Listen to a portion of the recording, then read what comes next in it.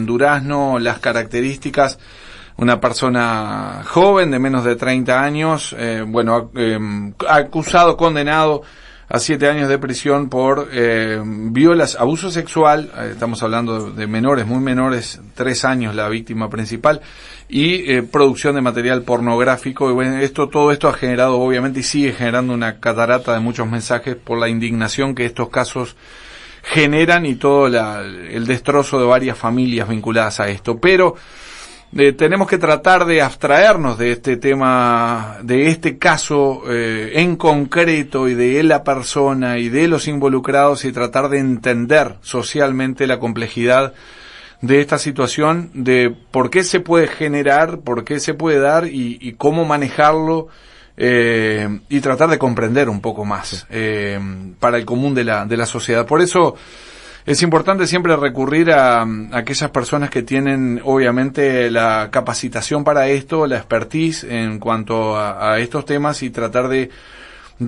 enfocarlo con otra perspectiva a la hora de encarar estos temas. Por eso recibimos con mucho gusto y le agradecemos al psicólogo forense, que además es máster en esto, tiene maestría con respecto a esto, Gustavo Álvarez, a quien le damos la bienvenida. ¿Cómo le va, Álvarez?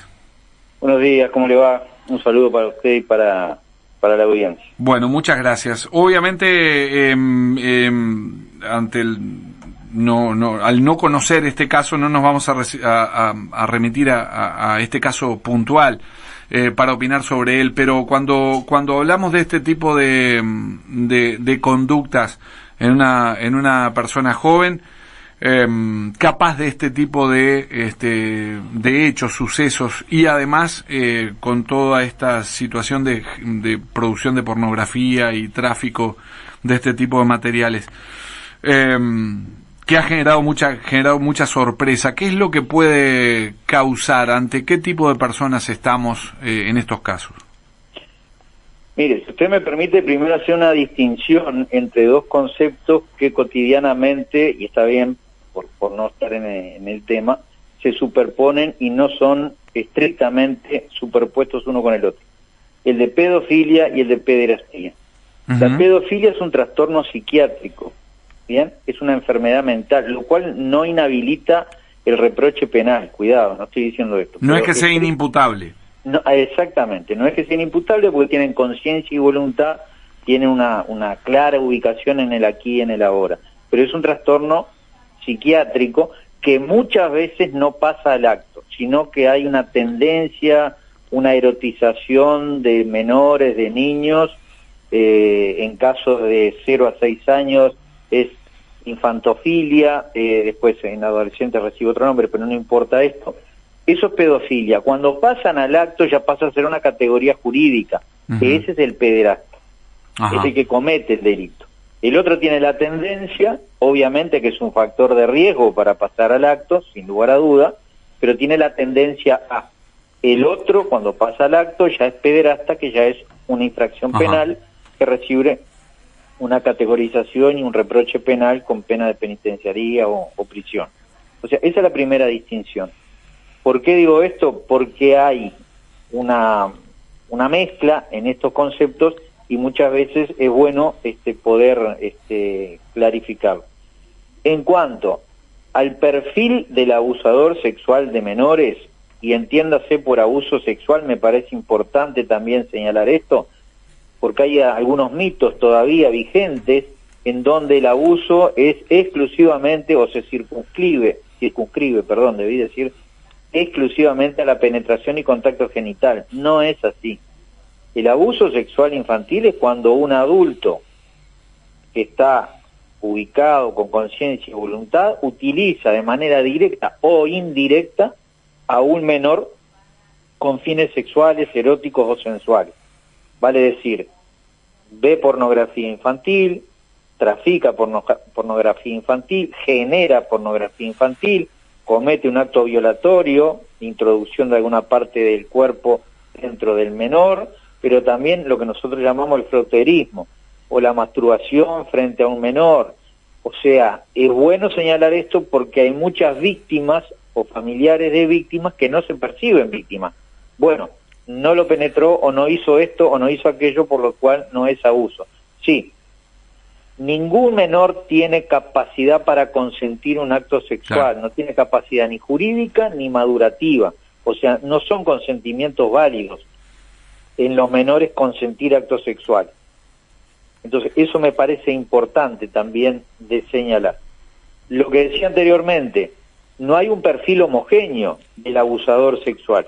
Y acá también hay otro mito a medias, no quiero irme a lo técnico, quiero hacerlo lo más claro posible, en donde se dice no existe el perfil del abusador sexual, sobre todo en el ámbito jurídico se dice.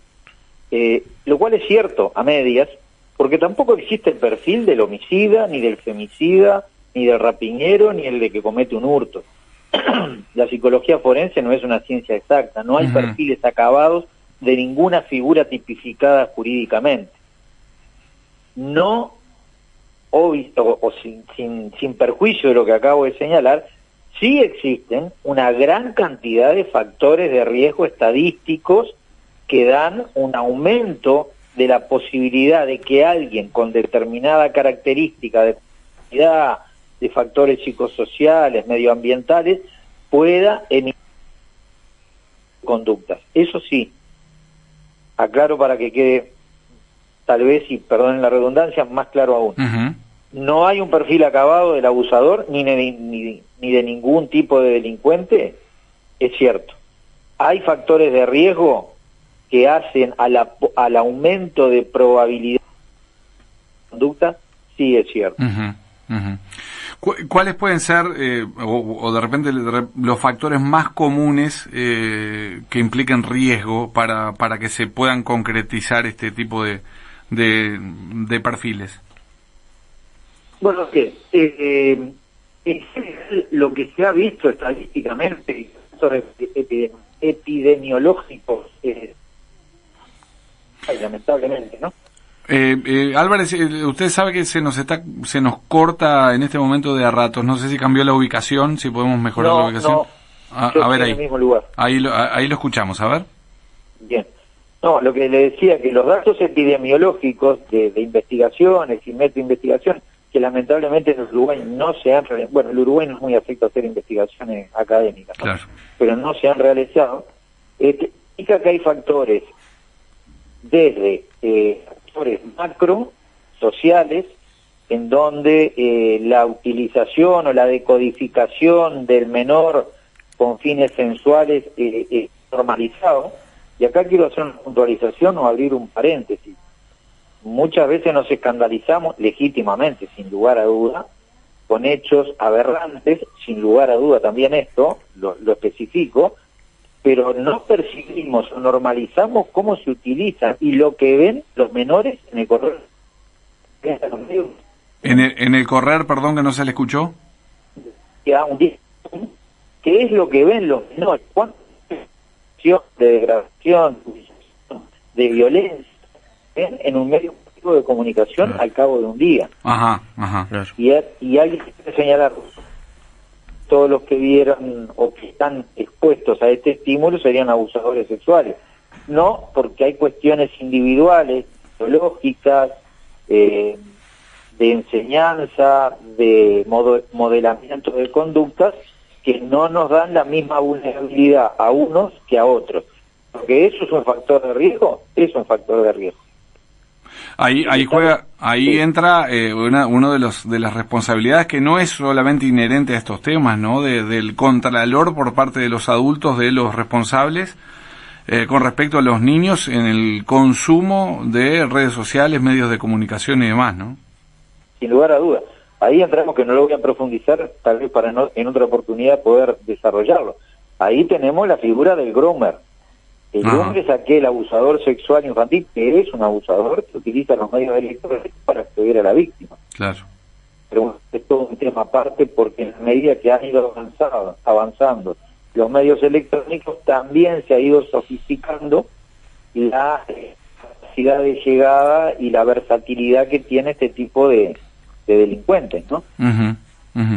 Pero, sí, dígame. No, para una persona, por ejemplo, como en este caso menor de 30 años, más allá de estos factores que usted estaba relatando, ¿es posible para el entorno social, familiar, quienes interaccionan con estas personas, poder decodificar o llegar a identificar la posibilidad de estas conductas? Es muy difícil. Según qué factores de riesgo predominen. Ajá. En general, el abusador sexual, perdón, el abusador sexual infantil tiene características de personalidad que no son homogéneas, reitero, no son homogéneas. En algunos casos se da, en otros con mayor intensidad, en otros con menor. Las habilidades sociales. Sí. No, usted sabe que se nos está entrecortando un poquito. Vamos a hacer lo siguiente, si le parece, lo vamos a volver a llamar, a ver si podemos mejorar un poquito la comunicación porque viene muy interesante, obviamente, todos los aportes que está realizando. Lo vuelve a llamar la producción. Estamos en contacto con Gustavo Álvarez, es psicólogo forense, precisamente especializado, precisamente en todo este tipo de situaciones, no solo en esto, sino en todo lo que tiene que ver con los comportamientos delictivos, digamos, relacionados a lo psicológico de quienes cometen este tipo de situaciones, para tratar de codificar un poquito más y entender. A ver, Álvarez, ahí si lo tenemos mejor. Bien. Correcto, ahí lo escuchamos. Le decía que las características, cómo detectar a alguien, no, porque también no podemos caer en el facilismo de salir a cazar abusadores sexuales. O sea, los técnicos tenemos que ser muy prudentes cuando hablamos de esto. Sí hay características de personalidad, le decía, que en algunos casos son muy manifiestas, en otras son prácticamente imperceptibles. Pero en general, estadísticamente, este tipo de agresores sexuales infantiles lo que tiene es una baja autoestima, tiene falta de habilidades sociales, hay una incomodidad subjetiva de manejarse en el mundo adulto. ¿Por qué digo subjetiva? Porque manifiestamente se pueden manejar, interactúan, incluso, y ahora me voy a referir a algunos mitos, que son perpetuadores del abusador, interactúan fácilmente, pero subjetivamente, internamente, no se sienten cómodos en el mundo adulto. Se sienten como un niño dentro del mundo adulto. Tienen como una máscara que les permite interactuar, reitero, en el mundo adulto, pero son personalidades internamente muy regresivas, muy infantiles, muy adolescentes. Es como que se quedaron estancados emocionalmente y psicosexualmente en una etapa, pero cognitivamente, la parte de inteligencia siguió madurando hasta llegar a una normalidad. Entonces hay un desfasaje entre lo cognitivo, la inteligencia, con la respuesta emocional sexual. Por eso eligen objetos sexuales regresivos. Sin perjuicio de esto, los abusadores sexuales están insertos, la inmensa mayoría, insertos en lo social. Pueden estar casados, tener hijos, etcétera, etcétera. Cuando yo me refería a algunos mitos que fungen como perpetuadores del agresor sexual o le sirven como escudo para no ser detectados, hay varios.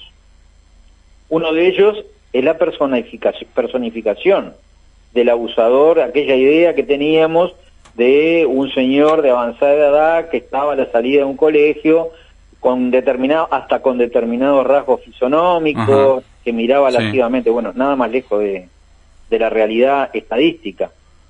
El abusador sexual, primero y antes que nada, la mayoría de las veces, la inmensa mayoría de las veces, es intrafamiliar. Claro. Dentro de ese grupo de intrafamiliaridad, por llamarlo de alguna manera, la inmensa cantidad de veces son padrastros o familiares cercanos, familiares directos cercanos. Claro. Pero una gran cantidad de situaciones se da con padrastros. Tampoco es cierto aquello que ahora nos fuimos de un extremo al otro. No, el niño no se lo puede preguntar porque el niño no tiene capacidad para relatar. Eso es falso. Tan falso como decir que los niños no mienten nunca cuando hablan de alguna situación de abuso sexual infantil, y ni que hablar de adolescentes. O sea, es tan falso un extremo como el otro extremo. Claro. Pero el niño, relevado su testimonio en forma científica, no voluntarista, científica, se puede sacar muchos elementos de fiabilidad de la comisión de un hecho. Ujú. Bueno, que otro de los mitos, que a los varones, a los niños varones, no eran víctimas de abuso. No es así tampoco. Si bien hay una predominancia en el sexo femenino, también hay varones. Ujú. Y también es cierto, discúlpeme, Sí, termino sí, con sí, esto, sí. y también es cierto que hay un porcentaje de mujeres abusadoras, que Ajá. culturalmente está como mucho más, tal vez el significante de la palabra que utilice no es la adecuada, seguramente no es la adecuada, pero hay como una normalización, sobre todo décadas atrás, una normalización del abuso sexual de la mujer para con menores. Claro, claro.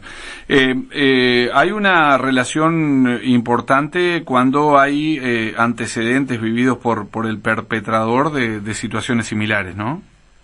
Sí, es un factor de riesgo el haber sido abusado, el haber estado en un ambiente familiar disfuncional, con una situación de apego no consistente por parte de las figuras o los referentes adultos. Eso es cierto, trastornos psiquiátricos también, cuidado con esto. De vuelta, discúlpeme, yo soy muy cauto en estas cosas. Sí, sí. Porque quienes nos están escuchando, podrá haber gente que tiene trastornos psiquiátricos o familiares con trastornos psiquiátricos. No estoy diciendo, bajo ningún concepto, que aquel que tenga un trastorno psiquiátrico, entonces hay un nexo causal con que va a ser o fue o es un abusador sexual infantil. No estoy diciendo eso. Estoy señalando factores de riesgo estadísticos y comprobados científicamente. Pero lo que usted dice es cierto.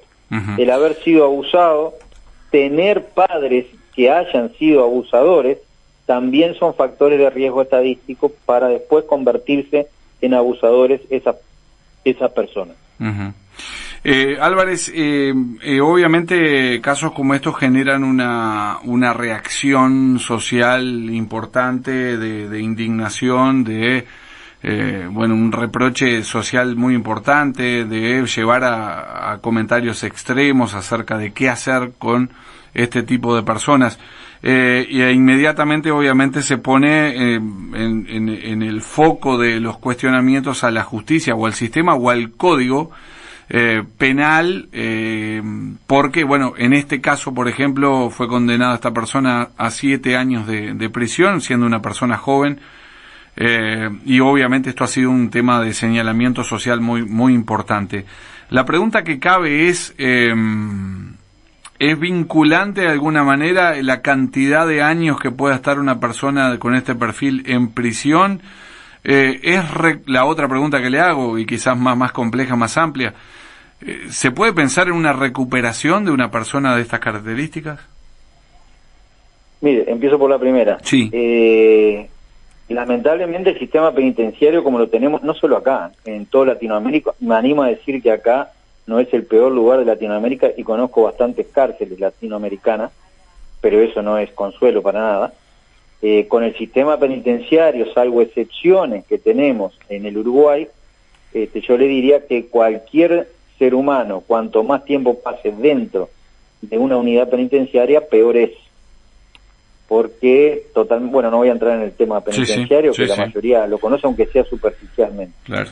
En cuanto a lo otro, la reincidencia en general estadística, yo tengo un artículo escrito en un libro de esto justamente, y con esto, por favor, estoy transmitiendo simplemente cifras estadísticas.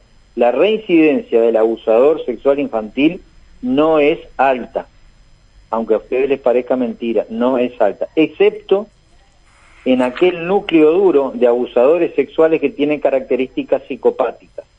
En este núcleo duro, psicópata, agresor sexual infantil, la reincidencia ronda el 90%.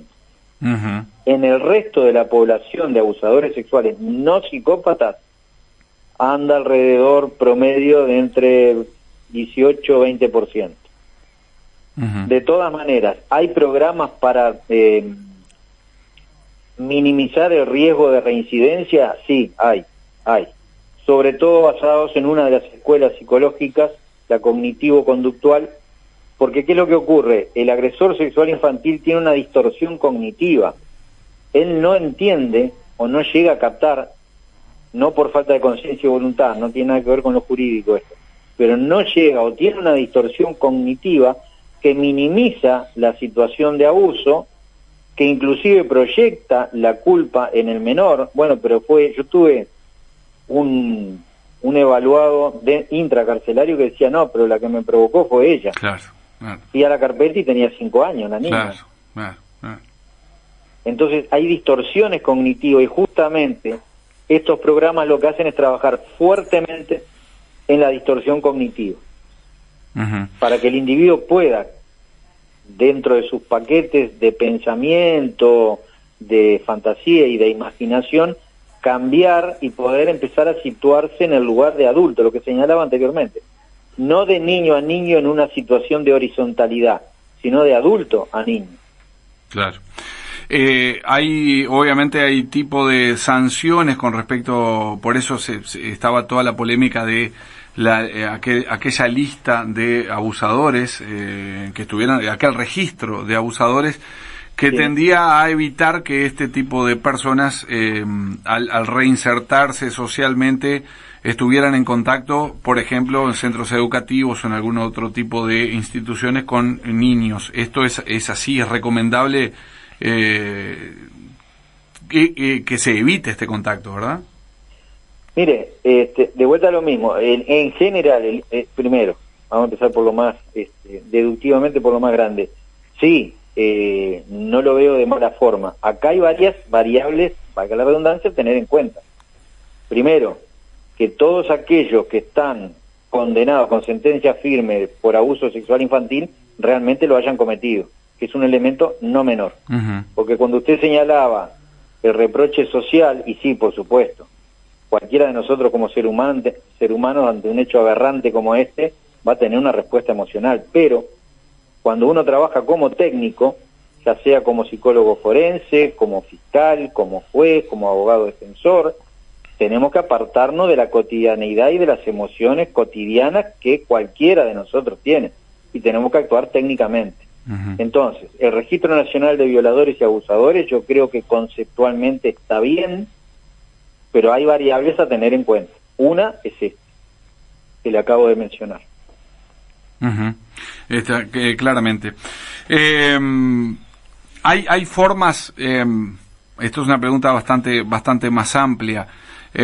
Obviamente los factores de riesgo y todo este acceso al mundo digital que tienen obviamente los chicos y ya se forman desde muy chiquitos accediendo de repente a contenidos, imágenes, ficciones y demás que no serían adecuadas, es una forma, pero a nivel de sistema, a nivel educativo, se puede encarar políticas o procedimientos o programas que tiendan a prevenir este tipo de situaciones. Sí, yo creo que sí, es imprescindible y debería ser una de las prioridades. Lo que pasa es que el concepto de educación sexual es polisémico, tiene varias acepciones, conceptos, contenidos, entonces muchas veces quedan ancados en determinado tipo de orientación de educación sexual. Yo creo que la prevención en esto es fundamental, la prevención para los niños, señalándoles que hay determinadas zonas del cuerpo que son totalmente íntimas, que no las puede tocar nadie, que tienen que contar, etcétera, etcétera, pero también a los padres. Porque la otra pata que nos quedó, y que lo señalo muy brevemente, es cómo detectar que un niño está siendo abusado. Claro. Y acá lo fundamental para los padres es el cambio. O sea, no hay elementos patognomónicos, no hay indicadores específicos del abuso. Lo que sí hay, que transversaliza al abuso, y también puede ser pertinente en otras situaciones, pero en el abuso lo que hay es un cambio en el niño. Porque yo le digo a usted, bueno, el niño tremendamente inquieto y que se angustia es un indicador de abuso. A ver, si el niño siempre fue así, o hace años que es así, y no hay ninguna posibilidad de que haya sido abusado cuando empezó ese comportamiento, o es el temperamento del niño, no hay cambio. Claro. No se constituye en un indicador. Entonces, estar atento a los cambios. Un niño que era activo, que pasa a no ser activo. Un niño que comienza a tener pesadillas recurrentes. un niño que empieza con conductas regresivas, etcétera, etcétera, etcétera, bueno, hay que tener cuidado. Reitero, no son indicadores específicos de abuso, porque estas características pueden estar dadas por una situación intrafamiliar de gran tensión, de violencia familiar o de separación de los padres. Claro. Pero sí es cierto que los padres tienen que estar atentos a este tipo de cambios. Y por supuesto la comunicación, tener el canal abierto de comunicación, porque yo he visto también muchos padres que lamentablemente quieren inaugurar un conducto de comunicación que nunca existió, ni que trabajaron durante años o décadas a veces, y se asombran después de ¿y por qué no me contó?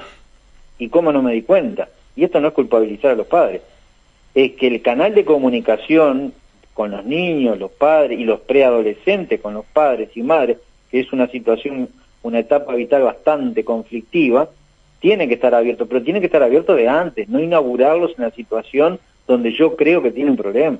Claro. Porque ahí va a ser mucho más dificultosa la comunicación o imposible directamente. Claramente.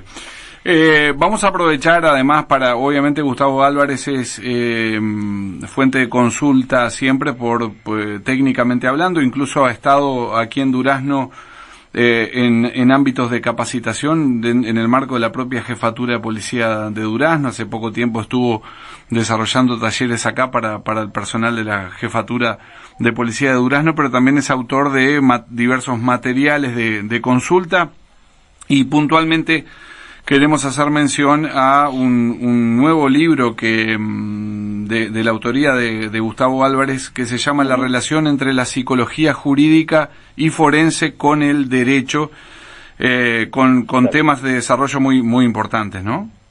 Exacto, sí. Es el primer libro que yo tenga conocimiento, es el primer libro de esta especialidad de la psicología y su relación con el derecho, que en definitiva se sustancia cuando los peritos vamos a actuar en un foro, ¿no? Haciendo un peritaje, un metaperitaje, un relevamiento de testimonio de niños o víctimas vulnerables.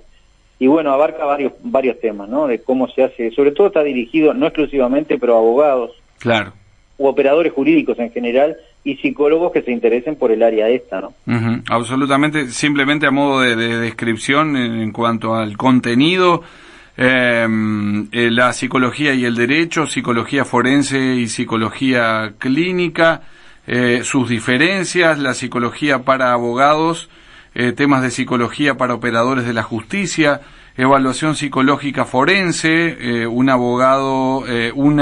abordaje, tripartito, dictámenes periciales, la problemática de la Cámara Gesell y el proceso penal, el relevamiento de testimonios de menores desde la psicología jurídica y forense. Son todos temas obviamente muy pero muy importantes, y más en este tipo de situaciones. Para todos aquellos que estén además interesados en este libro, en este material, y bueno, obviamente a nivel de quienes trabajan como operadores judiciales y vinculados a estos temas, vamos a pasar un número de contacto para poder acceder a este material, a este libro: 096-718-985, o a través del correo electrónico renartlibros, todo junto, @gmail.com. Reitero el número: 096-716-985, o a través del correo renartlibros@gmail.com. Al psicólogo forense Gustavo Álvarez, como siempre, muchísimas gracias por el aporte, muy amable.